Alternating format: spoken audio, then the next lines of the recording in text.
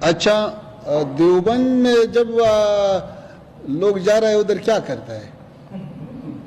ملاقات کرتا ہے، نماز پڑھتا ہے، اساتذہ سے ملتا ہے اور طالب علموں سے ملتا ہے۔ دیوبند تو اسلامی علوم کا ایک بہت بڑا مرکز ہے، تاریخی مرکز ہے۔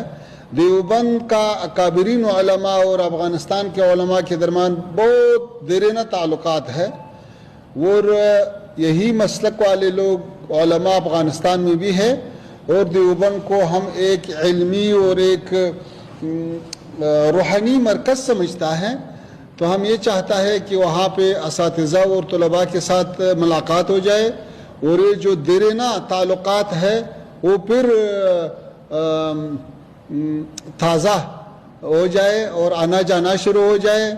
جیسا ہمارے طلباء یہاں پہ انجینئرنگ کے لیے آتا ہے، سائنس کے لیے آتا ہے اور علوم کے لیے آتا ہے، ایسے دینی علوم کے لیے بھی آتا ہے۔ تو اس سلسلے میں انشاءاللہ کل دیوبند جانا ہے۔